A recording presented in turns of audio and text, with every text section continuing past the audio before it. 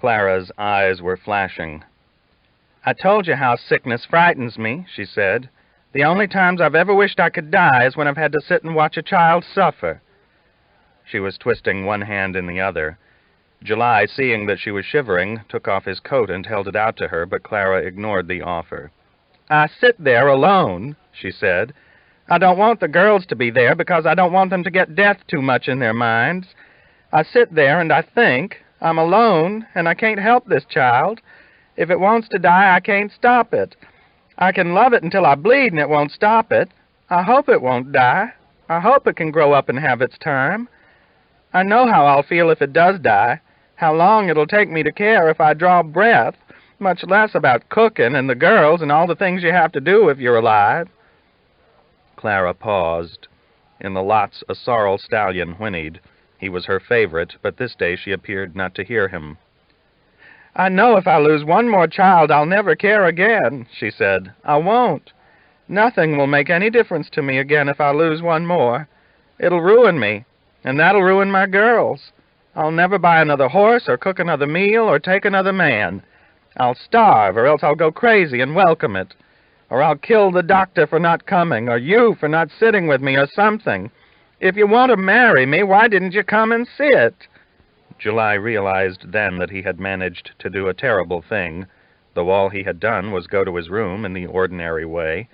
It startled him to hear Clara say she could kill him over such a thing as that, but he knew from her look that it wasn't just talk. "Would you ever marry me?" he asked. "You never said." "No, and I'm not about to say now," Clara said. "Ask me in a year." "Why in a year?" "Because you deserve to suffer for a year," Clara said.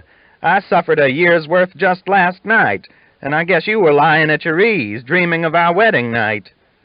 July had no reply. He had never known a woman who spoke so boldly. He looked at her through the fog of their breath, wishing she would at least take the coat. The cold made goosebumps on her wrists. "I thought you were a sheriff once," Clara said.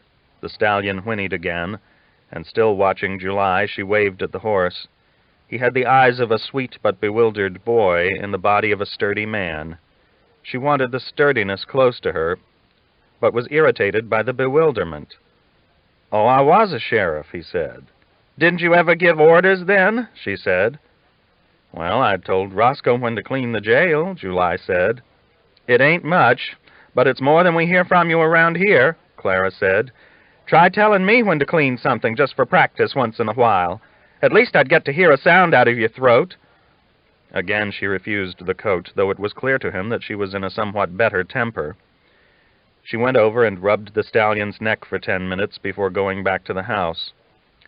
Then the other man, Dish Boggett, had to come, bringing the news that Augustus McCrae was dead.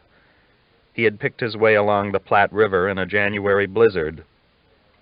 Both his horses were exhausted, but Dish himself seemed no worse for wear. He treated blizzards as a matter-of-fact occurrence. It seemed to July that Clara took an instant liking to Dish Boggett, and he couldn't help feeling resentful, although he soon perceived that Dish had come to court Lorena, not Clara. Lorena had hardly spoken since she learned that Gus was dead. Clara immediately offered Dish a job. It was a hard winter, and they were always behind. The colts would start coming soon, and they would be farther behind, so of course it was only sensible to hire another man. But July hated it.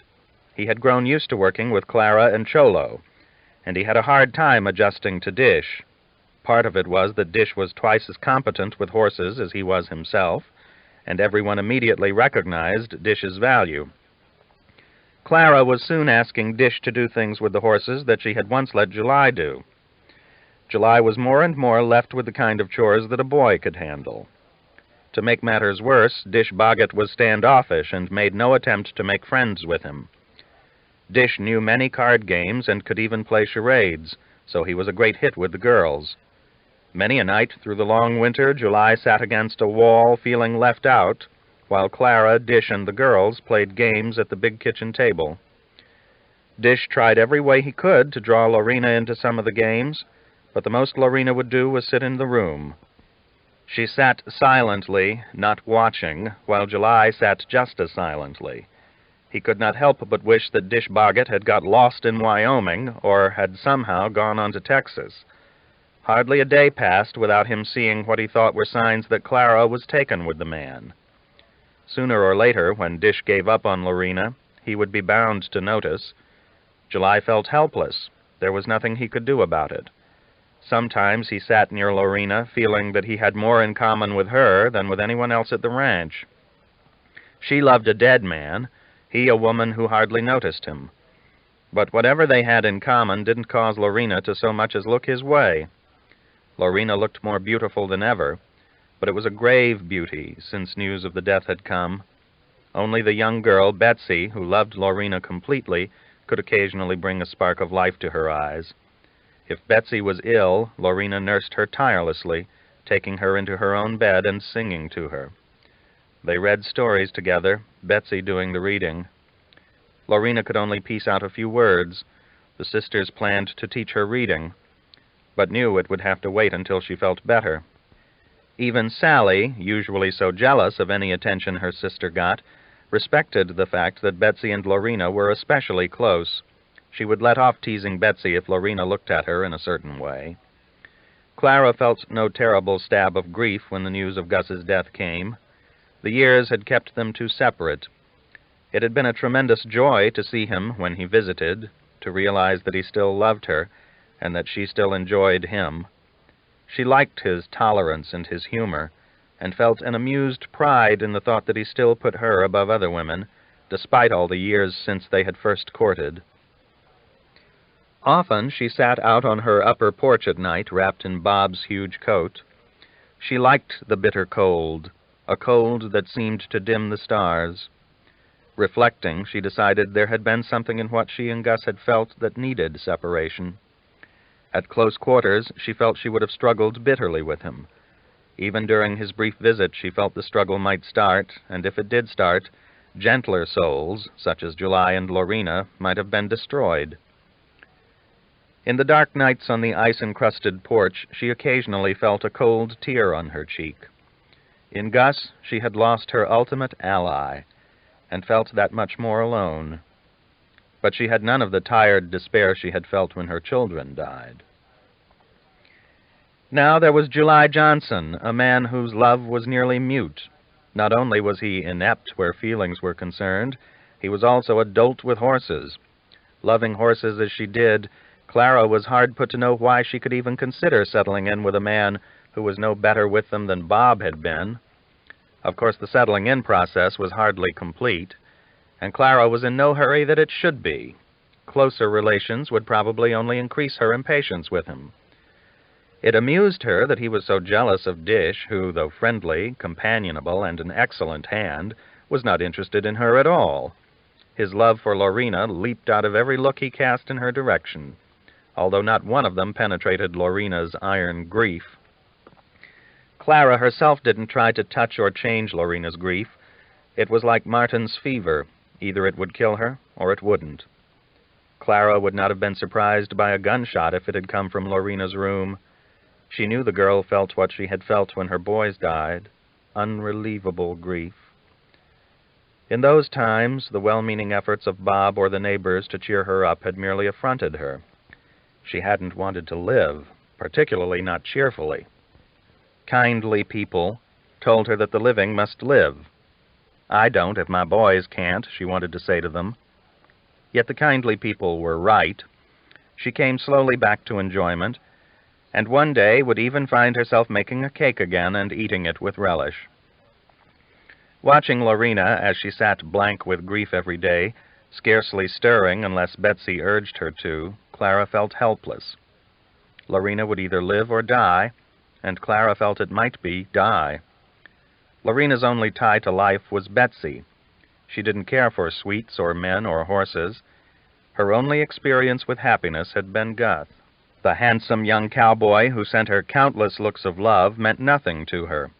Pleasure had no hold on Lorena. She had known little of it, and Clara didn't count on its drawing her back to life. The young cowboy would be doomed to find his love blocked by Gus in death, even as it had been in life. Betsy had a better chance of saving Lorena than Dish. Betsy worried about her constantly and tried to get her mother to do something. "I can't make Mr. McCrae alive again, which is all she wants," Clara said. "What do you think I can do?" "Make her not so sad," Betsy pleaded. "Nobody can do that," Clara said. "I can't even make you not sad when you're sad." Yet one day she did try. She came upon Laurie standing in the hall, her hair uncombed. She had the look of a beaten dog. Clara stopped and hugged her, as suddenly as she had hugged July Johnson. In him, her hug had stirred a fever of hope. In Lorena, it stirred nothing. "I guess you wish you'd gone with him," Clara said. "It would have given you a little more time." Lorena looked surprised. It was the one thing she had been thinking since the news came. "I should have," she said. "No," Clara said. "You would have had a little more time, I grant you. But now you'd be stuck in Montana with a bunch of men who don't care that you loved Gus. They'd want you to love them. Dish wants it so much that he rode to you through the blizzards." The thought of Dish merely made Lorena feel cold. "He wasted his time," she said. "I know that, but don't expect him to realize it," Clara said. "He bought me once, when I was a whore," Lorena said, surprised at the word on her tongue. She had never used it before. "And Gus didn't?" Clara said. Lorena was silent. Of course Gus had. She wondered if Clara would ask her to leave, knowing what she had been. "Dish loved you and took the only way he had to get your attention," Clara said. "He didn't get my attention," Lorena said. "He didn't get anything." "And Gus did the same and got everything," Clara said. "Gus was lucky and Dish isn't." "I ain't either," Lorena said. Clara offered no advice. A few days later, when she was sewing, Lorena came and stood in front of her. She looked no better. "Why did you ask me to stay, when it was you Gus loved?" she asked. "Why didn't you ask him to stay? If you had, he'd be alive." Clara shook her head. "He loved us both," she said. "But Gus would never miss an adventure, not for you or me or any other woman. No one could have kept him home. He was a rake and a rambler, though you'd have kept him longer than I could have." Lorena didn't believe it. She remembered how often Gus had talked of Clara. Of course it no longer mattered. Nothing like that mattered any more. And yet she couldn't keep her mind from turning to it. "It ain't so," she said. She had used her voice so little that it sounded weak. "It is so," Clara said. "You're more beautiful and less bossy. When I told Gus I was marrying Bob all those years ago, he looked relieved. He tried to act disappointed, but he was relieved. I've never forgot it. And he had proposed to me 30 times at least. But he saw it would be a struggle if he won me, and he didn't want it." Clara was silent for a moment, looking into the other woman's eyes. "Bob was too dumb to realize there'd be a struggle," Clara said. "Half the time he didn't notice it even when he was in it. So mainly I had the struggle with myself. It's been lonely," she added. She thought the conversation a good sign. Maybe Laurie was going to come out of it. But it was the last conversation they had for months. Lorena lived through the winter in silence, only speaking to Betsy, who remained as loyal as ever. Dish Boggett remained loyal, too, although Lorena gave him no encouragement. He spent more and more time playing cards with Sally, whose bright girlish chatter he had come to like. Every day he tried his best with Lorena, but he had begun to feel hopeless. She would not even speak to him, no matter how sweetly he asked.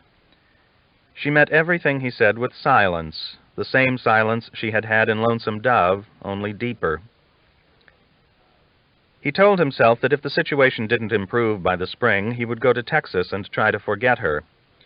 Yet when spring came, Dish told Clara he would be glad to stay and help her with the colts.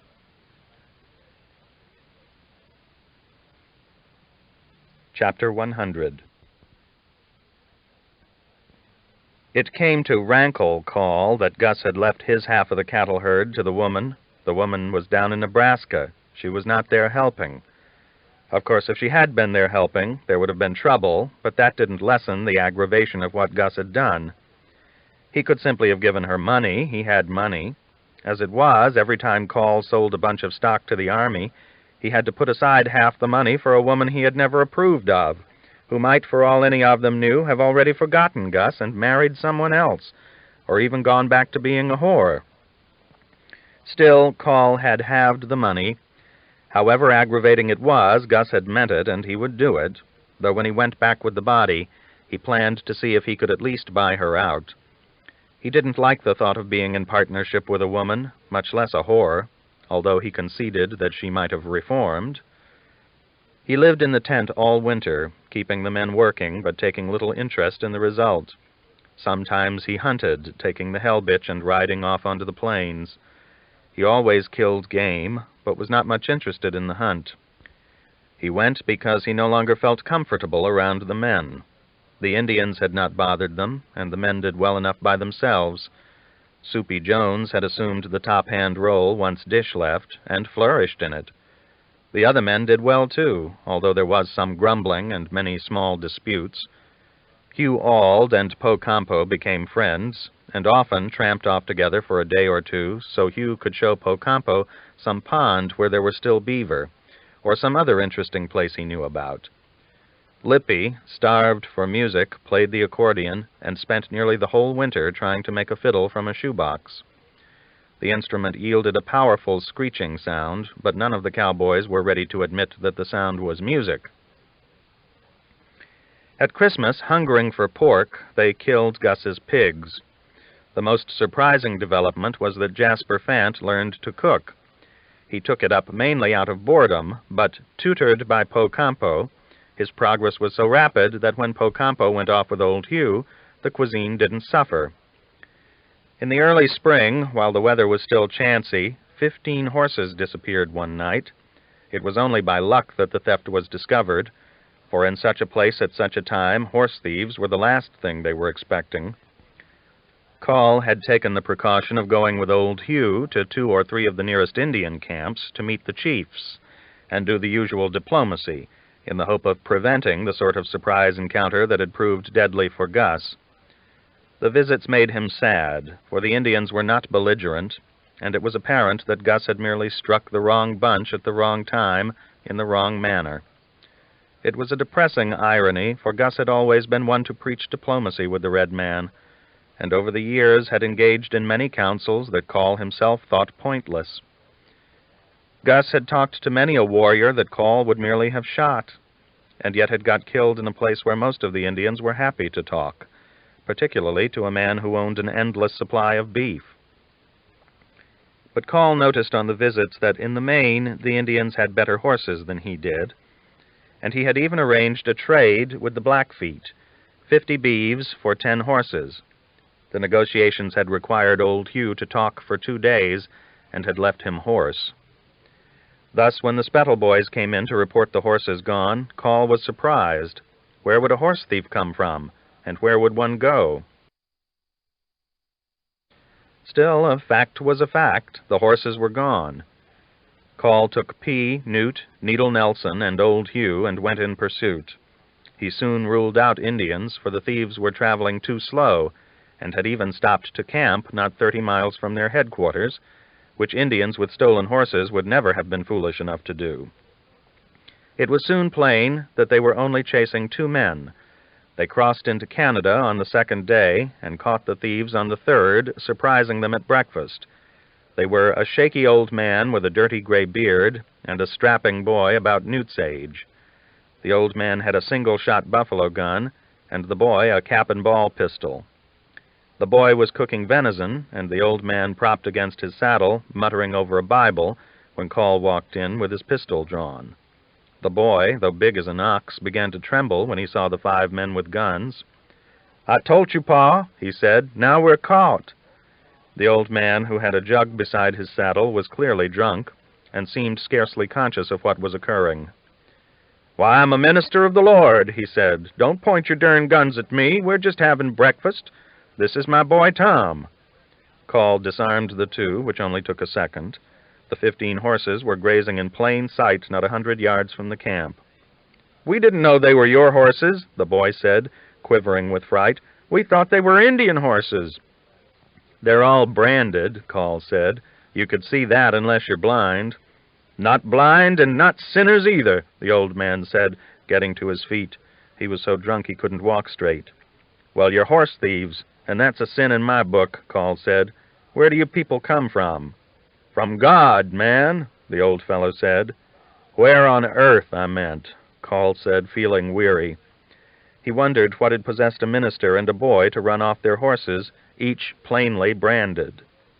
It struck him as a stupid and pointless crime, for they were driving the horses north, where there were no towns and no ranches. It was clear the two were poor, and the old man out of his head. Call could tell the hands were glum at the prospect of hanging such a pair, and he himself didn't relish it, but they were horse thieves, and he felt he had no choice. His own distaste for the prospect caused him to make a mistake. He didn't immediately tie the old man, who seemed so weak he could hardly stand. He was not too weak, though, to snatch up a hatchet and strike a blow at Needle that would have killed him had not Needle jerked back. As it was, the blade of the hatchet tore a bad cut in his arm. Call shot the old man before he could strike again. The boy took off running across the open prairie. He was easily caught, of course, but by the time he was tied and led back, the old man was dead. The boy sat down in the thin snow and wept. "He was all right until Ma died and Sister died," he said. "We were in a wagon train. Then he just went daft and said we had to go off by ourselves. I didn't want to." "I wish he hadn't taken our horses," Call said. The boy was trembling and crying. "Don't hang me, mister," he said. "I never stole in my life. I told him to leave them horses, but he said they were horses the Indians had already stole." "I'll work for you," the boy added. "I can blacksmith. I worked 2 years at a forge back in Missouri before we left." Call knew there was not a decent tree in miles. It would be a hardship on them to ride along with the boy for a day in order to hang him. Besides, they needed a blacksmith. As for the boy's story, maybe it was true, and maybe it wasn't. The old man had appeared to be mad, but Call had seen many thieves act that way in hopes that it would save them. "Pa said he'd shoot me if I didn't help," the boy said. Call didn't believe him. He had been about to cut the boy loose, but he didn't. He put him on one of the stolen horses, and they started back. Newt felt sick at the thought of what would happen. He didn't want to see another person hang. "You ask him," he said to P. "Ask him what?" P said. "Not to hang him," Newt said. "He'll hang him," P said. "He hung Jake, didn't he?" "His pa made him do it," Newt said. "Maybe," P said, "and maybe he's just a darn horse thief." When they came to a good tree, Call rode on, all the way to the Hat Creek headquarters. Once there, he cut the boy loose. "You can work," he said. For 10 days, the big boy was the friendliest person in the outfit. He shoed all the horses, cut wood, did every chore he was asked to do, and some that he wasn't. He chattered constantly and tried his best to be friendly, and yet no one really liked him. Even Newt didn't really like him. Tom stood too close to him when he talked, and he talked all the time.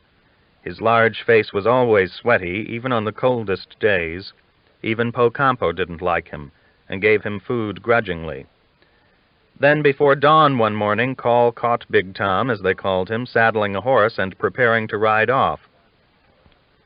He had 4 of the men's wallets on him, stolen so smoothly that none of the men had even missed them. He had also taken the best saddle in the outfit, which belonged to Bert Borum. Call had been expecting the move for 2 or 3 days, and had made P.I. help him watch. Big Tom tried to make a dash for it, and Call shot him off his horse. Cowboys ran out of their house in their long johns at the shot.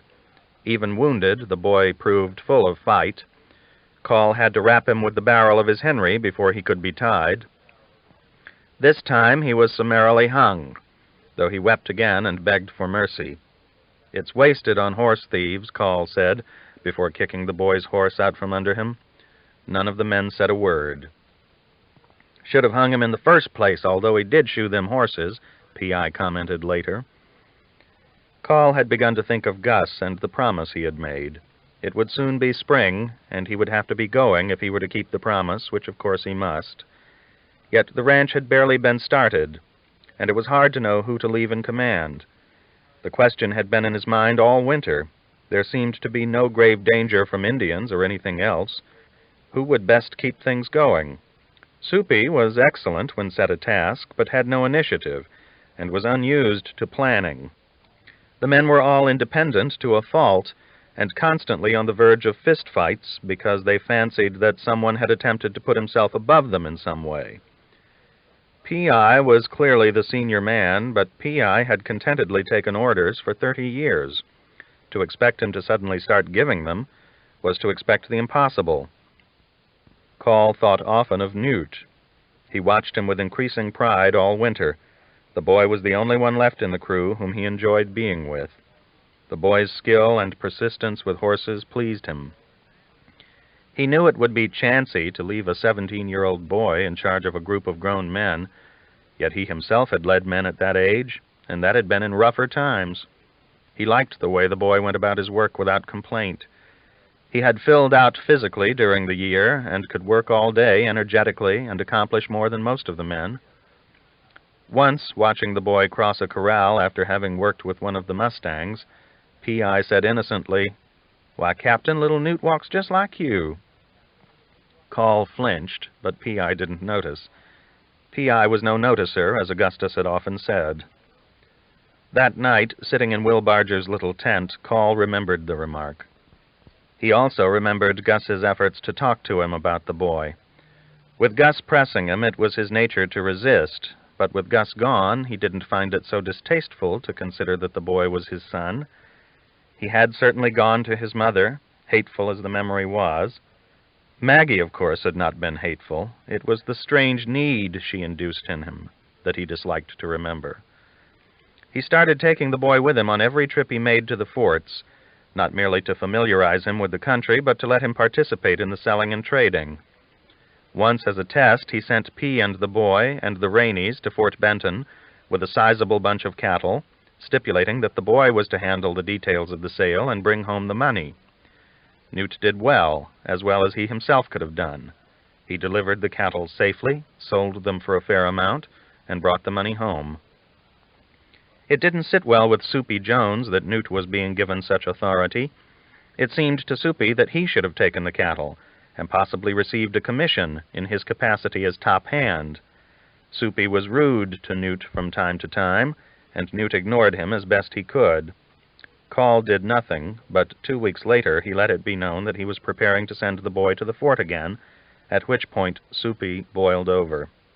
He took it as a slight, and said he would draw his wages and go if that was how things were going to be. Call promptly paid him his wages, much to Soupy's astonishment. He had never imagined such an outcome. "Why, Captain, I don't want to leave," he said plaintively. "I got nothing to go to back down south." "Then give me back the money and behave yourself," Call said. "I decide who'll do what around here." "I know, Captain," Soupy said. He was aware that he had chosen a bad moment to make his scene, right after breakfast, with many of the hands standing around. "If you have other complaints, I'm listening," Call said. "You seem to be mad at Newt." The words made the hairs stand up on the back of Newt's neck. It was the first time he could ever remember the captain having spoken his name. "Well, no, I ain't," Soupy said. "He's a fair hand, but it don't seem right a fair hand should be put over a top hand unless there's a reason." "He's young and needs the training. You don't. That's the reason," Call said. "If I tell you to take orders from him, you will, or else leave. They'll be my orders at second hand." Soupy reddened at the disgusting thought of taking orders from a boy. He stuffed his wages in his pocket, planning to leave, but an hour's contemplation caused him to mellow, and he gave Call back the wages. That night, though, he suddenly stuck out a foot and tripped Newt when Newt walked past with a plateful of food. Newt fell on his face, but he rose and flung himself on Soupy in a second, so angry at the insult that he even held his own for a few licks, until Soupy could bring his weight and experience into play, after which Newt got thoroughly pounded, so thoroughly that he was not aware when the fight stopped. He was sitting on the ground, spitting blood, and Soupy had walked away. Call had expected the fight, and watched impassively, pleased that the boy had fought so hard. Winning would have been beyond his powers. The battle won Soupy no friends. He had assumed so many heirs once Dish left that he had few friends anyway, whereas Newt was popular. Reaction was so unfavorable that a few days later Soupy drew his wages again and left, taking Bert with him. They had concluded they could make Texas if they went together. Call was worried for a few weeks about being short-handed, but then 3 young men he had seen at the fort decided to quit soldiering and try their hand at ranching. All 3 were from Kentucky. They were inept at first, but industrious. Then 2 genuine cowboys showed up, lured all the way north from Miles City by the news that there was a ranch on the Milk. They had given up cowboying for mule skinning the year before, and concluded they had made a bad mistake. Then a tall boy named Jim wandered in alone. He had been with a wagon train, but had lost interest in getting to Oregon. Soon, instead of being short-handed, Call found that he had almost more men than he needed.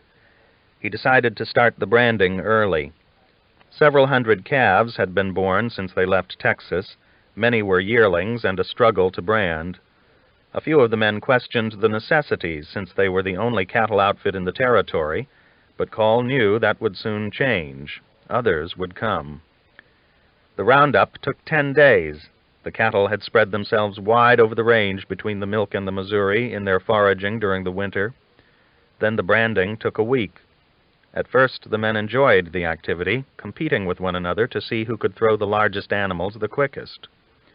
There was also much disagreement over who should get to rope and who should work on foot. Newt improved so rapidly as a roper that he was soon sharing that task with Needle Nelson, the only one of the original crew skilled with a lariat. With the branding ended and the spring grass spiking through the thin May snows, Call knew the time had come for him to fulfill his promise to his old friend. It was awkward, indeed it seemed absurd, to have to tote a 6-month-old corpse to Texas, but there it was. Yet May wore on and June approached, and still he had not gone. The snows had melted all down the plains, he imagined, and yet something held him. It wasn't work. There were plenty of men to do the work. They had even had to turn away 3 or 4 men who came looking to hire on. Many times Call spent much of the afternoon watching Newt work with the new batch of horses they had bought on a recent trip to the fort. It was work he himself had never been particularly good at. He had always lacked the patience. He let the boy alone and never made suggestions. He liked to watch the boy with the horses. It had become a keen pleasure. If a cowboy came over and tried to talk to him while he was watching, he usually simply ignored the man until he went away. He wanted to watch the boy and not be bothered. It could only be for a few days, he knew. It was a long piece to Texas and back. Sometimes he wondered if he would even come back.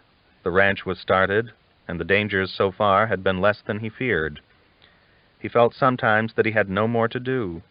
He felt much older than anyone he knew. Gus had seemed young, even when he was dying, and yet Call felt old. His interest in work had not returned. It was only when he was watching the boy with the horses that he felt himself. In those hours he would lose himself in memory of other times, of other men who had lived with horses, who had broken them, ridden them, died on them. He felt proud of the boy, and with it, anguish that their beginnings had been as they had. It could not be changed, though. He thought he might speak of it sometime, as Gus had wanted him to, and yet he said nothing. He couldn't. If he happened to be alone with the boy, his words went away. At the thought of speaking about it, a tightness came into his throat, as if a hand had seized it. Anyway, what could a few words change?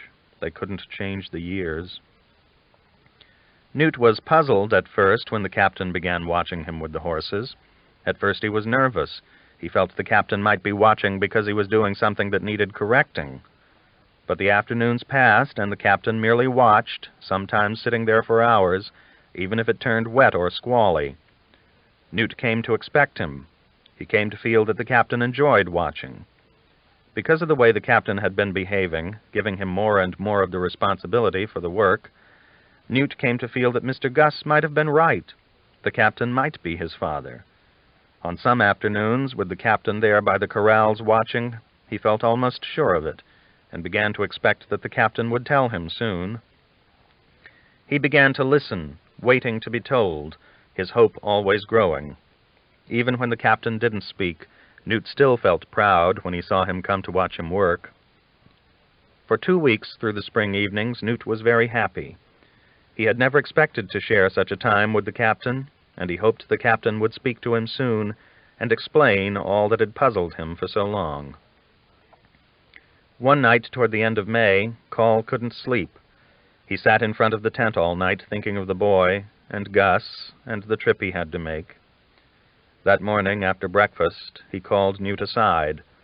For a moment he couldn't speak. The hand had seized his throat again. The boy stood waiting, not impatient. Call was annoyed with himself for his strange behavior, and he eventually found his voice.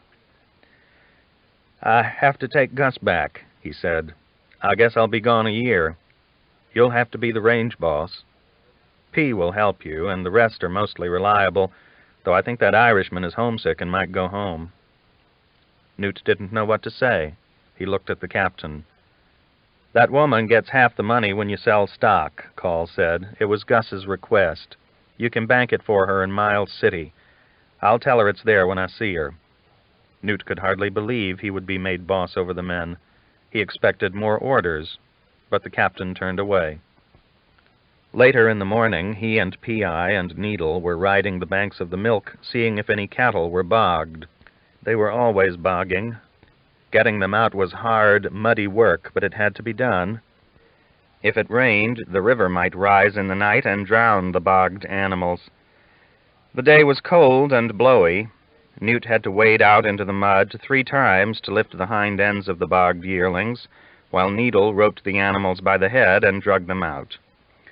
Newt scraped the mud off his legs as best he could, put his pants back on, and was getting ready to turn back toward headquarters when he saw the captain riding toward them. He was riding the hell bitch and leading Greasy, the big mule that had come with them all the way from Texas, and a rangy dun named Jerry, the mount he preferred after the hell bitch.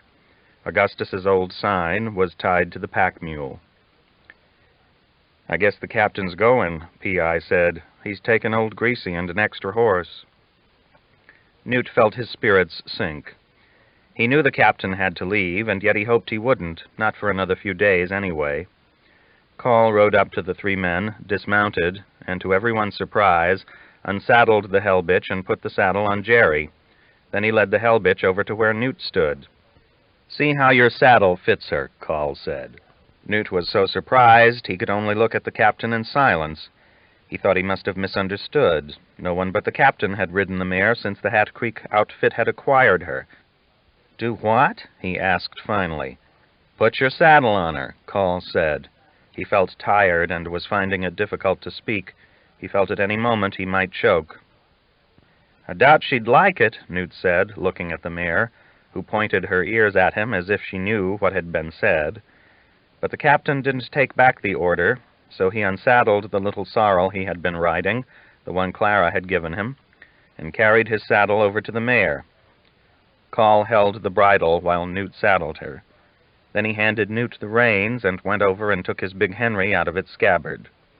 He removed the Winchester from the boy's saddle and stuck the Henry in his saddle scabbard. It wasn't a perfect fit, but it would do. "You'll need it for them big bears," he said. When he turned back to look at the boy, the choking feeling almost overcame him. He decided he would tell the boy he was his son, as Gus had wanted him to. He thought they would ride away a little distance so they could speak in private. And yet when he looked at Newt, standing there in the cold wind, with Canada behind him, Call found he couldn't speak at all. It was as if his whole life had suddenly lodged in his throat, a raw bite he could neither spit out nor swallow. He had once seen a ranger choke to death on a tough bite of buffalo meat, and he felt that he was choking too, choking on himself. He felt he had failed in all he had tried to be. The good boy standing there was evidence of it. The shame he felt was so strong it stopped the words in his throat. Night after night, sitting in front of Will Barger's tent, he had struggled with thoughts so bitter that he had not even felt the Montana cold. All his life he had preached honesty to his men, and had summarily discharged those who were not capable of it. though they had mostly only lied about duties neglected or orders sloppily executed. He himself was far worse, for he had been dishonest about his own son, who stood not 10 feet away, holding the reins of the hell-bitch. Call thought he might yet say it, even if the men were there to hear.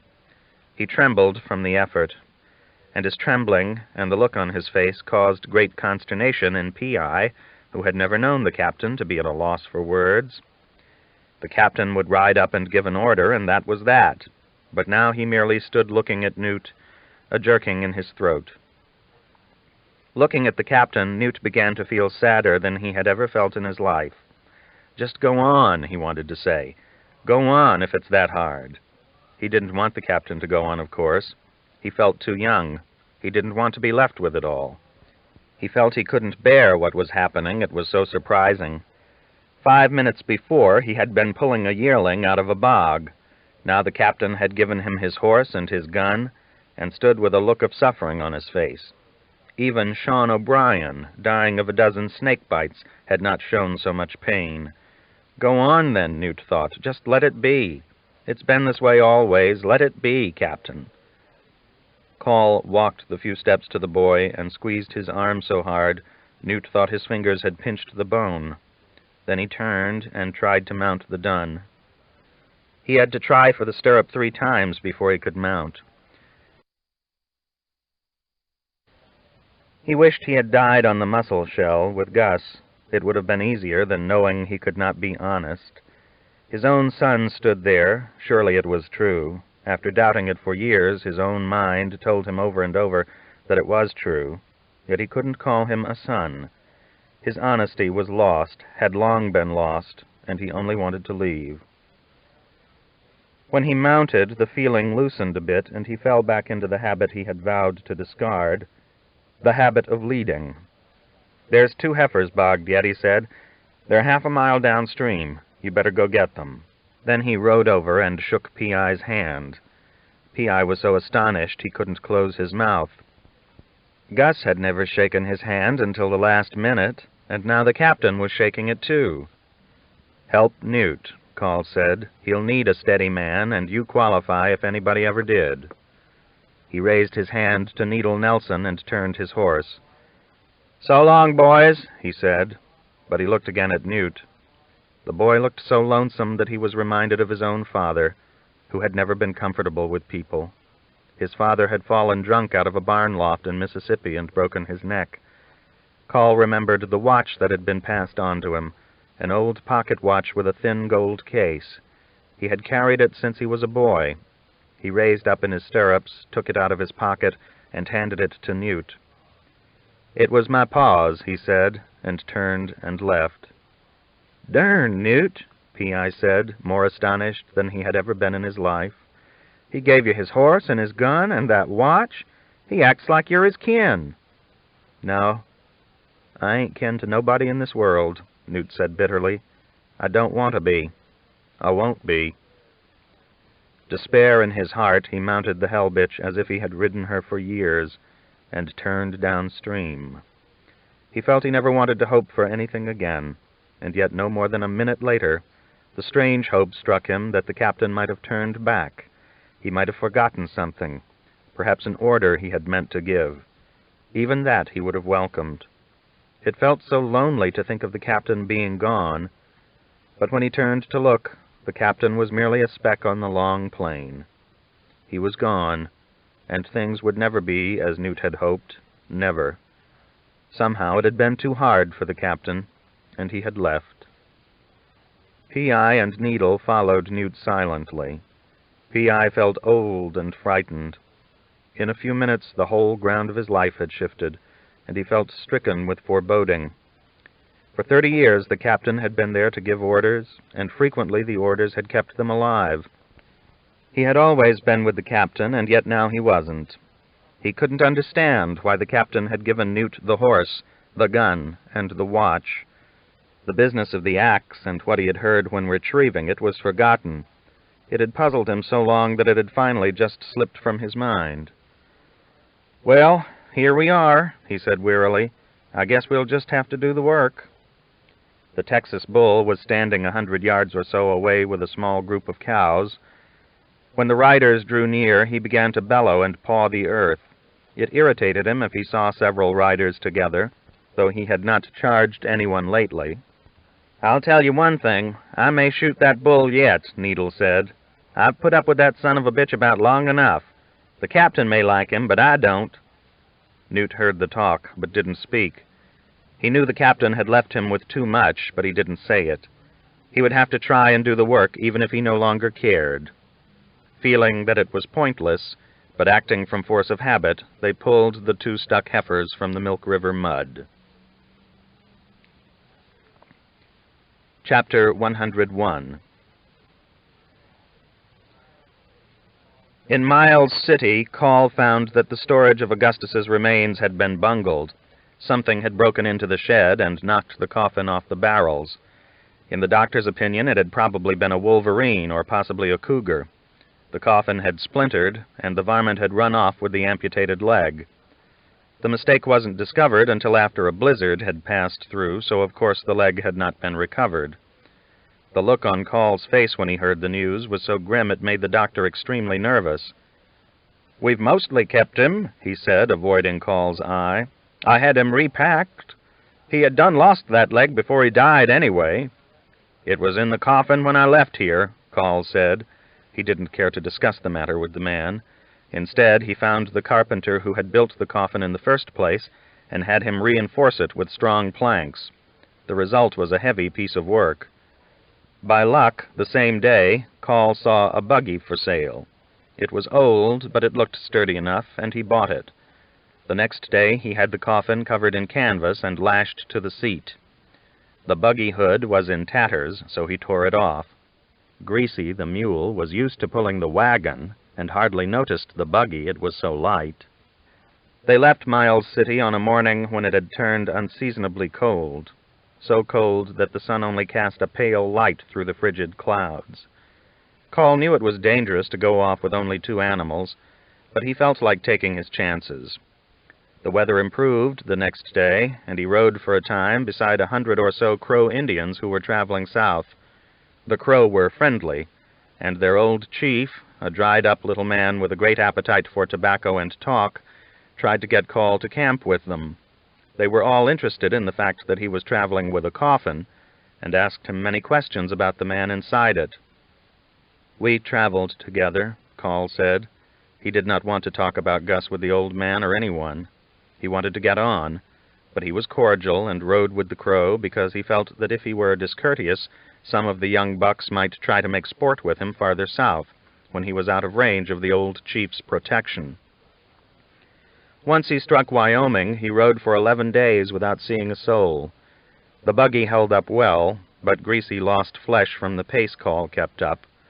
The coffin got some bad jolts crossing the gullies near the Powder River, but the reinforcements held it together. The first people he saw as he approached Nebraska were 5 young Indians who had gotten liquor somewhere. When they saw he was carrying a dead man, they let him alone, though they were too drunk to hunt successfully and begged him for food. None of them looked to be 18, and their horses were poor. He offered them food if they would give up their liquor, but at that they grew quarrelsome. One drew an old pistol and acted as if he might fire at him, but Call ignored the threat, and they were soon gone. He regretted that he had to take Gus to the women, but felt it was part of his obligation to deliver the notes Gus had written when he was dying. The Platte was so full of ducks and geese that he heard their gabbling all day, though he rode a mile from the river. He thought often of the men he had left up on the Milk, and of the boy. He had not expected the parting to go as it had, and could not get his mind off it. For several 100 miles, down through Montana and Wyoming, he left them all over again in his mind, day after day. He imagined many times that he had said things he had not said, and from concentrating on it too much as he traveled down the plains, he began to grow confused. He missed being able to sit at the corrals and watch Newt work with the horses. He wondered if the boy was handling the hell-bitch well, and if any more men had left the ranch. Then before he had scarcely reined in at Clara's house, where he found Dish Boggett breaking horses with the young sheriff from Arkansas, the woman began a quarrel with him. She had acquired some small shrubs somehow, and was out planting them, bareheaded and in overshoes, when he arrived. "So you're doing it, are you, Mr. Call?" Clara said when she saw him. She had a look of scorn in her eyes, which puzzled him, since he was merely carrying out the request of the man who had loved her for so long. Of course, Dish had told her that Gus wanted his body taken to Texas. "Well, he asked, and I said I'd do it," Call said, wondering why she disliked him so. He had just dismounted. "Gus was crazy, and you're foolish to drag a corpse that far," Clara said bluntly. "Bury him here and go back to your son and your men. They need you. Gus can rest with my boys." Call flinched when she said the word son, as if she had never had a doubt that Newt was his. He himself had once been a man of firm opinion, but now it seemed to him that he knew almost nothing, whereas the words Clara flung at him were hard as rocks. "I told him that very thing," Call said. "I told him you'd likely want him here." "I've always kept Gus where I wanted him, Mr. Call," Clara said. "I kept him in my memory for 16 years. Now we're just talking of burying his body. Take him to the ridge, and I'll have July and Dish get a grave dug." "Well, it wasn't what he asked of me," Call said, avoiding her eyes. "It seems that picnic spot you had in Texas is where he wanted to lay." "Gus was a fine fool," Clara said. "He was foolish for me or any other girl who would have him for a while. Because it was me he thought of, dying, is no reason to tote his bones all the way to Texas." "It was because you picnicked in the place," Call said, confused by her anger. He would have thought a woman would feel complimented by such a request, but Clara clearly didn't take it that way. "Yes, I remember our picnics," she said. "We mostly quarreled. He wanted what I wouldn't give. I wanted what he didn't have. That was a long time ago, before my boys died." Tears came to her eyes when she said it, as they always did when the thought of her boys struck her. She was aware that she was being anything but hospitable, and that the man didn't understand what she said. She scarcely knew what she meant herself. She just knew that the sight of Woodrow Call aroused in her an unreasoning hate and disgust. "He wrote you," Call said, remembering why he had come. "There's a letter for you and one for her. He left her his half of our cattle." He untied his saddlebag and brought out the 2 notes, handing them to Clara. "I would have sent them with Dish, but he left in the winter, and there was no knowing if he'd get through," Call said. "But you always get through, don't you, Captain?" Clara said, with a look so hard that Call turned aside from it and stood by the horses, tired. He was ready to agree with her that Gus had been foolish to make such a request of him. Then he turned and saw Clara walk over to Greasy, the mule. She stroked the mule along his neck and spoke to him softly before breaking into sobs. She hid her face against the mule, who stood as if planted, though normally he was a rather skittish animal. But he stood while Clara sobbed against his side. Then, taking the notes and not looking at Call, she hurried into the house. From the lots, Dish and July were watching. Dish felt a little queasy seeing Gus's coffin. He had not gotten over his nervousness about the dead. It seemed to him quick burial was the best way to slow their ghosts. July, of course, had heard all about Gus McCrae's death and his strange request, but had not quite believed it. Now it had turned out to be true. He remembered that Gus had ridden down with him on the Kiowa campfire and killed every single man, while he himself had not been able to pull a trigger. Now the same man, dead a whole winter, had turned up in Nebraska. It was something out of the ordinary, of that he felt sure. "I knowed the captain would do it," Dish said. "I bet them boys up on the milk are good and skeert now he's gone." "I hear it's hard winters up there," July said, not that they were easy in Nebraska. The captain, as if distracted, walked a little way toward the lots and then stopped. Dish walked out to greet him, followed by July, and was shocked by the change in the man. The captain looked like an old man. He had little flesh on his face, and his beard and mustache were sprinkled with gray. "Why, Captain, it's fine to see you," Dish said. "How are them northern boys doing?" Call shook Dish's hand, then July's. "We wintered without losing a man or much stock either," he said, very tired. Then he saw that Dish was looking beyond him. He turned and saw that the blonde woman had come out of the house. She walked to the buggy and stood by the coffin. Clara's 2 daughters followed her out on the back porch, a toddling child between them. The girls didn't follow Lorena to the buggy. They watched a minute and then guided the child back in the house. Dish Boggett would have given anything to be able to go to Lorena, but he knew he couldn't. Instead, he led the captain back down to the lots and tried to interest him in the horses, but the captain's mind was elsewhere. When the plains darkened and they went in to supper, Lorena still stood by the wagon. The meal was eaten in silence except for little Martin's fretting. He was used to being the center of gay attention and couldn't understand why no one laughed when he flung his spoon down, or why no one sang to him or offered him sweets. "Oughtn't we to go get Laurie?" Dish asked at one point, anguished that she was left to stand alone in the darkness. Clara didn't answer. The girls had cooked the meal, and she directed the serving with only a glance now and then. Watching Woodrow Call awkwardly handling his fork caused her to repent a little of her harshness when he arrived, but she didn't apologize. She had stopped expecting July to contribute to the conversation, but she resented his silence nevertheless. Once Martin spat out a bite of perfectly good food, and Clara looked at him sharply and said, "You behave," in a tone that instantly put a stop to his fretting. Martin opened his mouth to cry, but thought better of it and chewed miserably on his spoon until the meal was finished. After supper, the men went out of the house to smoke, all glad to escape the company of the silent woman. Even Betsy and Sally, accustomed to chattering through supper, competing for the men's attention, were subdued by their mother's silence and merely attended to serving. After supper, Clara went to her bedroom. Gus's letter lay on her bureau, unread. She lit her lamp and picked it up, scratching at the dried blood that stained one corner of the folded sheet. "I ought not to read this," she said aloud. "I don't like the notion of words from the dead." "What, Mama?" Betsy asked. She had come upstairs with Martin and had overheard. "Nothing, Betsy," Clara said. "Just a crazy woman talking to herself." "Martin acts like he's got a stomachache," Betsy complained. "You didn't have to look so mean at him, Ma." Clara turned for a moment. "I won't have him spitting out food," she said. "The reason men are awful is because some woman has spoiled them. Martin's going to learn manners if he learns nothing else." "I don't think men are awful," Betsy said. "Dish ain't." "Let me be, Betsy," Clara said. "Put Martin to bed." She opened the letter. Just a few words in a scrawling hand.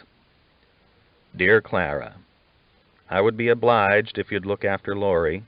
I fear she'll take this hard. I'm down to one leg now, and this life is fading fast, so I can't say more. Good luck to you and your gals. I hope you do well with the horses. Gus." Clara went out on her porch and sat, twisting her hands for an hour. She could see that the men were below, still smoking, but they were silent. "It's too much death," she thought. "Why does it keep coming to me?" The dark heavens gave no answer, and after a while she got up and went downstairs and out to Lorena, who still stood by the buggy where she had been from the time Call arrived. "Do you want me to read you this letter?" she said, knowing the girl couldn't read. "It's bad handwriting." Lorena held the letter tightly in her hand. "No, I'll just keep it," she said. "He put my name on it. I can read that. I'll just keep it." She didn't want Clara to see the letter. It was hers from Gus. What the words were didn't matter. Clara stood with her for a bit and went back in. The moon rose late, and when it did, the men walked to the little shack by the lots where they slept. The old Mexican was coughing. Later, Lorena heard the captain get his bedroll and walk away with it. She was glad when the lights went out in the house and the men were all gone. It made it easier to believe Gus knew she was there.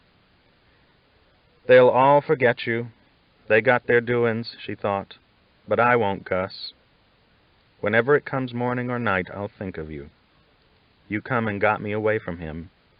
She can forget, and they can forget, but I won't never, Gus." The next morning, Lorena still stood by the buggy. The men scarcely knew what to think about it. Call was perplexed. Clara made breakfast as silently as she had presided over supper. They could all look out the window and see the blonde girl standing like a statue by the buggy, the letter from Augustus clutched in her hand. "For that girl's sake, I wish you'd forget your promise, Mr. Call," Clara said finally. "I can't forget no promise to a friend," Call said, "though I do agree it's foolish, and told him so myself." "People lose their minds over things like this," Clara said. "Gus was all to that girl. Who'll help me if she loses hers?" Dish wanted to say that he would, but couldn't get the words out. The sight of Laurie standing in grief made him so unhappy that he wished he'd never set foot in the town of Lonesome Dove. Yet he loved her, though he could not approach her. Clara saw that it was hopeless to hammer at Call. He would go unless she shot him. His face was set, and only the fact that the girl stood by the buggy had kept him from leaving already. It angered her that Gus had been so perverse as to extract such a promise. There was no proportion in it, being drugged 3,000 miles to be buried at a picnic site. Probably he had been delirious and would have withdrawn the request at once if he had been allowed a lucid moment. What angered her most was Gus's selfishness in regard to Call's son. He had been a sweet boy with lonesome eyes, polite. He was the kind of boy she would have given anything to raise. And here, for a romantic whim, Gus had seen to it that father and son were separated. It seemed so wrong to her, and raised such anger in her that for a moment she was almost tempted to shoot Call, just to thwart Gus. Not kill, but shoot him enough to keep him down until Gus could be buried and the folly checked. Then, between 1 minute and the next, Lorena crumpled to the ground, unconscious. Clara knew it was only a faint, but the men had to carry her in and upstairs. Clara shooed them out as soon as she could, and put Betsy to watching her. By that time, Captain Call had mounted and hitched the brown mule to the buggy and mounted his horse. He was ready to go. Clara walked out to try once more. Dish and July were shaking hands with Call, but they beat an immediate retreat when they saw her coming. "I put it to you once more in the plainest terms, Mr. Call," Clara said. "A live son is more important than a dead friend. Can you understand that?" "A promise is a promise," Call said. "A promise is words. A son is a life," Clara said. "A life, Mr. Call. I was better fit to raise boys than you've ever been, and yet I lost 3. I tell you, no promise is worth leaving that boy up there as you have. Does he know he's your son?" "I suppose he does. I'll give him my horse," Call said, feeling that it was hell to have her, of all women, talk to him about the matter. "Your horse, but not your name," Clara said. "You haven't even given him your name." "I put more value on the horse," Call said, turning the dun. He rode off, but Clara, terrible in her anger, strode beside him. "I'll ride him," she said. "I'll see he gets your name if I have to carry the letter to Montana myself. And I'll tell you another thing. I'm sorry you and Gus McCrae ever met. All you two done was ruin one another, not to mention those close to you. Another reason I didn't marry him was because I didn't want to fight you for him every day of my life. You men and your promises. They're just excuses to do what you plan to do anyway, which is leave. You think you've always done right. That's your ugly pride, Mr. Call. But you never did right, and it would be a sad woman that needed anything from you. You're a vain coward for all your fighting. I despised you then for what you were, and I despise you now for what you're doing." Clara could not check her bitterness. Even now she knew the man thought he was doing the right thing. She strode beside the horse, pouring out her contempt, until Call put the mule and the dun into a trot, the buggy with the coffin on it, squeaking as it bounced over the rough plain. Chapter 102, the last chapter. So Captain Call turned back down the rivers, cut by the quirt of Clara's contempt and seared with the burn of his own regret. For a week, down from the Platte and across the Republican, he could not forget what she said, that he had never done right, that he and Gus had ruined one another, that he was a coward. that she would take a letter to the boy. He had gone through life feeling that he had known what should be done, and now a woman flung it at him that he hadn't. He found that he could not easily forget a word Clara said. He could only trail the buggy down the lonely plains, her words stinging in his heart and head. Before he reached Kansas, word had filtered ahead of him that a man was carrying a body home to Texas. The plain was filled with herds, for it was full summer. Cowboys spread the word, soldiers spread it. Several times he met trappers coming east from the Rockies, or buffalo hunters who were finding no buffalo. The Indians heard, Pawnee and Arapaho and Ogallala Sioux. Sometimes he would ride past parties of braves, their horses fat on spring grass, come to watch his journey. Some were curious enough to approach him, even to question him. Why did he not bury the compañero? Was he a holy man whose spirit must have a special place? No, Call answered, not a holy man. Beyond that he couldn't explain. He had come to feel that Augustus had probably been out of his mind at the end, though he hadn't looked it, and that he had been out of his mind to make the promise he had. In 1 week in Kansas, he ran into 8 cattle herds. He would no sooner pass one than he encountered another. The only advantage to him was that the trail bosses were generous with wire and pliers. The mild city buggy had been patched so many times that it was mostly wire by then, Call felt. He knew it would never make Texas, but he was determined to keep going as long as he could. What he would do when it finally fell apart, he didn't know. Finally, he was asked about Augustus and the purpose of his journey so many times that he couldn't tolerate it. He turned west into Colorado, meaning to skirt the main cattle trails. He was tired of meeting people.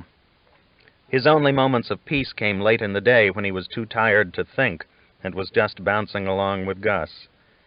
He rode through Denver, remembering that he had never sent Will Barger's brother the telegram he had promised, notifying him of Will Barger's death.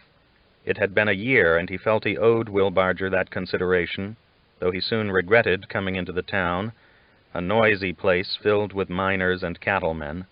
The sight of the buggy with the coffin excited such general curiosity that by the time he was out of the telegraph office, a crowd had gathered.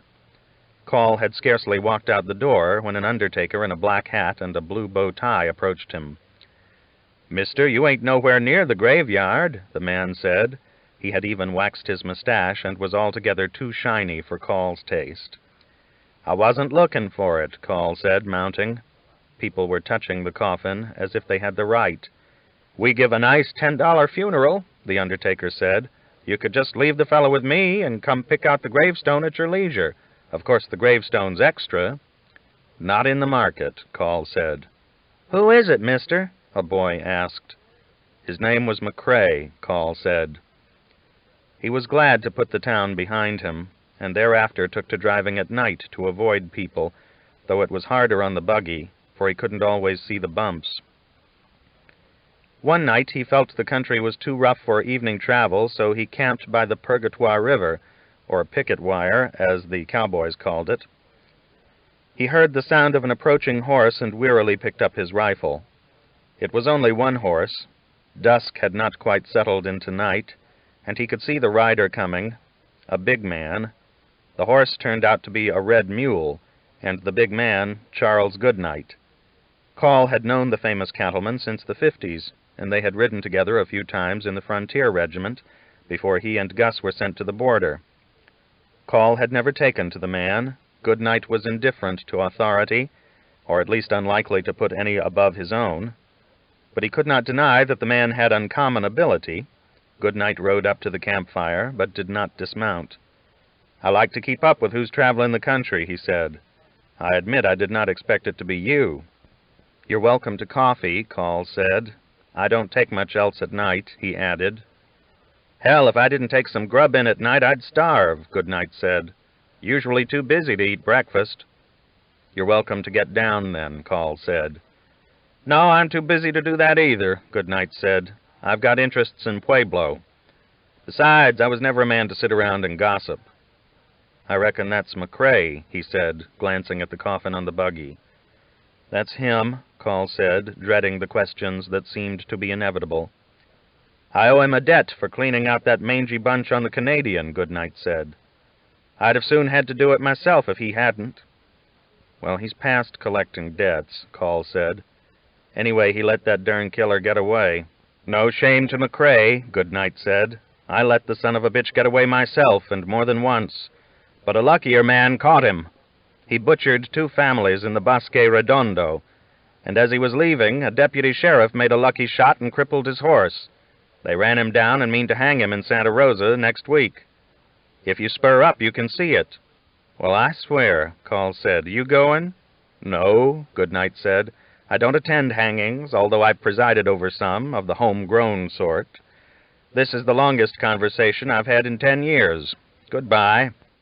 Call took the buggy over Raton Pass and edged down into the great New Mexican plain.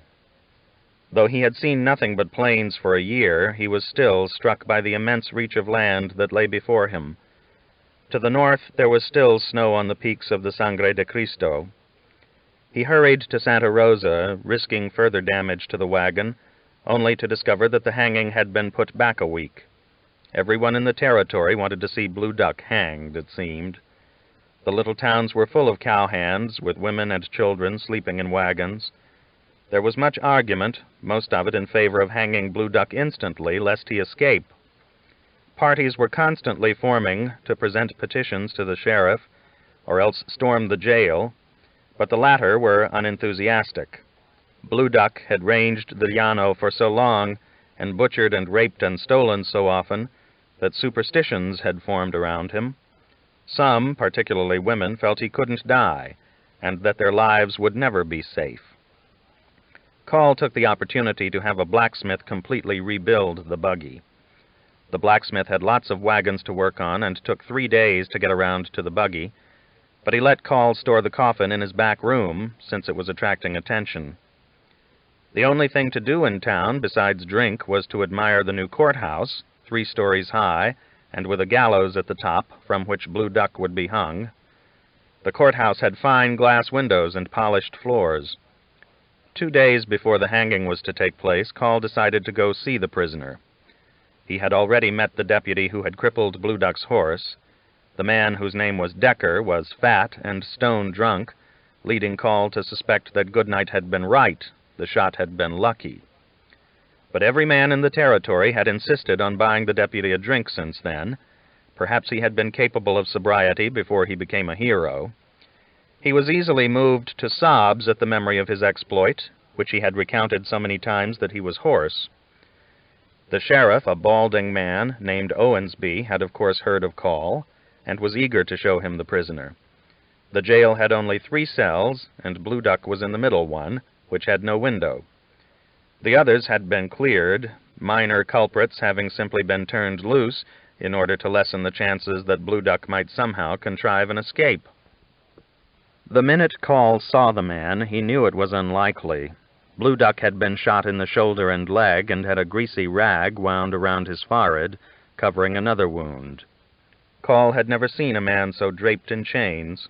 He was handcuffed, each leg was heavily chained, and the chains draped around his torso were bolted to the wall. 2 deputies with Winchesters kept constant watch. Despite the chains and bars, Call judged that both were scared to death. Blue Duck himself seemed indifferent to the furor outside. He was leaning back against the wall, his eyes half closed, when Call came in. "What's he doing?" Sheriff Owensby asked. Despite all the precautions, he was so nervous that he had not been able to keep food down since the prisoner was brought in. "Ain't doing much," one deputy said. "What can he do?" "Well, it's been said he can escape from any jail," the sheriff reminded them. "We got to watch him close." "Only way to watch him closer is to go in with him, and I'll quit before I do that," the other deputy said. Blue Duck opened his slumberous eyes a fraction wider and looked at Call. "I hear you brought your stinking old friend to my hanging," Blue Duck said, his low, heavy voice startling the deputies and the sheriff, too. "Just luck," Call said. "I should have caught him and cooked him when I had the chance," Blue Duck said. "He would have killed you," Call said, annoyed by the man's insolent tone. "Or I would have, if need be." Blue Duck smiled. I raped women, and stole children, and burned houses, and shot men, and run off horses, and killed cattle, and robbed who I pleased, all over your territory, ever since you've been a law," he said, "and you never even had a good look at me until today. I don't reckon you would have killed me." Sheriff Owensby reddened, embarrassed that the man would insult a famous ranger. But there was little he could do about it. Call knew there was truth in what Blue Duck said, and merely stood looking at the man, who was larger than he had supposed. His head was huge, and his eyes cold as snake's eyes. "I despise all you fine-haired sons of bitches," Blue Duck said. "You rangers. I expect I'll kill a passel of you yet." "I doubt it," Call said, "not unless you can fly." Blue Duck smiled a cold smile. "I can fly," he said. "An old woman taught me, and if you care to wait, you'll see me." "I'll wait," Call said. On the day of the hanging, the square in front of the courthouse was packed with spectators. Call had to tie his animals over 100 yards away. He wanted to get started as soon as the hanging was over. He worked his way to the front of the crowd and watched as Blue Duck was moved from the jail to the courthouse in a small wagon under heavy escort. Call thought it likely somebody would be killed accidentally before it was over. Since all the deputies were so scared, they had their rifles on cock. Blue Duck was as heavily chained as ever, and still had the greasy rag tied around his head wound. He was led into the courthouse and up the stairs. The hangman was making last-minute improvements on the hang rope, and Call was looking off, thinking he saw a man who had once served under him in the crowd, when he heard a scream and a sudden shattering of glass. He looked up, and the hair on his neck rose, for Blue Duck was flying through the air in his chains. It seemed to Call the man's cold smile was fixed on him as he fell. He managed to dive through one of the long glass windows on the 3rd floor, and not alone either. He had grabbed Deputy Decker with his handcuffed hands and pulled him out too. Both fell to the stony ground right in front of the courthouse. Blue Duck hit right on the head, while the deputy had fallen backwards, like a man pushed out of a hayloft. Blue Duck didn't move after he hit, but the deputy squirmed and cried. Tinkling glass fell about the two men. The crowd was too stunned to move. Sheriff Owensby stood high above them, looking out the window, mortified that he had allowed hundreds of people to be cheated of a hanging. Call walked out alone and knelt by the two men. Finally, a few others joined him. Blue Duck was stone dead, his eyes wide open, the cruel smile still on his lips. Decker was broken to bits and spitting blood already. He wouldn't last long. "I guess that old woman didn't teach you well enough," Call said to the outlaw.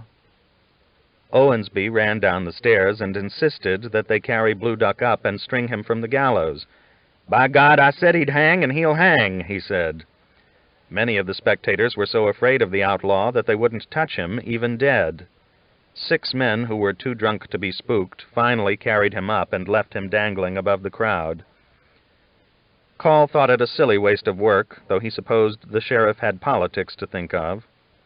He himself could not forget that Blue Duck had smiled at him in the moment that he flew. As he walked through the crowd, he heard a woman say she had seen Blue Duck's eyes move as he lay on the ground. Even with the man hanging from a gallows, the people were priming themselves to believe that he hadn't died. Probably half the crimes committed on the Llano in the next 10 years would be laid to Blue Duck. As Call was getting into his wagon, a newspaper man read up, a red-headed boy scarcely 20 years old, white with excitement at what he had just seen. "Captain Call?" he asked. "I write for the Denver paper. They pointed you out to me. Can I speak to you for a minute?" Call mounted the dun and caught the mule's lead rope. "I have to ride," he said. "It's still a ways to Texas." He started to go, but the boy would not give up. He strode beside the dun, talking much as Clara had, except that the boy was merely excited. Call thought it strange that 2 people on one trip would follow him off. "But, Captain," the boy said, "they say you were the most famous ranger. They say you've carried Captain McRae 3,000 miles just to bury him. They say you started the first ranch in Montana. My boss will fire me if I don't talk to you. They say you're a man of vision." "Yes, a hell of a vision," Call said.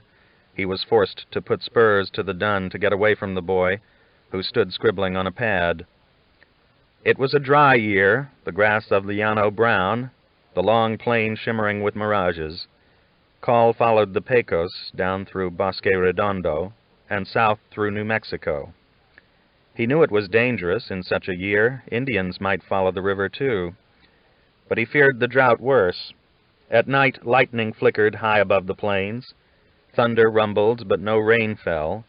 The days were dull and hot, and he saw no one, just an occasional antelope. His animals were tiring, and so was he. He tried driving at night, but had to give it up. Too often he would nod off, and once came within an ace of smashing a buggy wheel. The coffin was sprung from so much bouncing and began to leak a fine trail of salt. A day above Horsehead Crossing, as he was plodding along half asleep in the still afternoon, he felt something hit him, and immediately put his hand to his side. It came away bloody, although he had not seen an Indian or even heard a gunshot. As he turned to race for the river, he glimpsed a short brown man rising from behind a large yucca plant.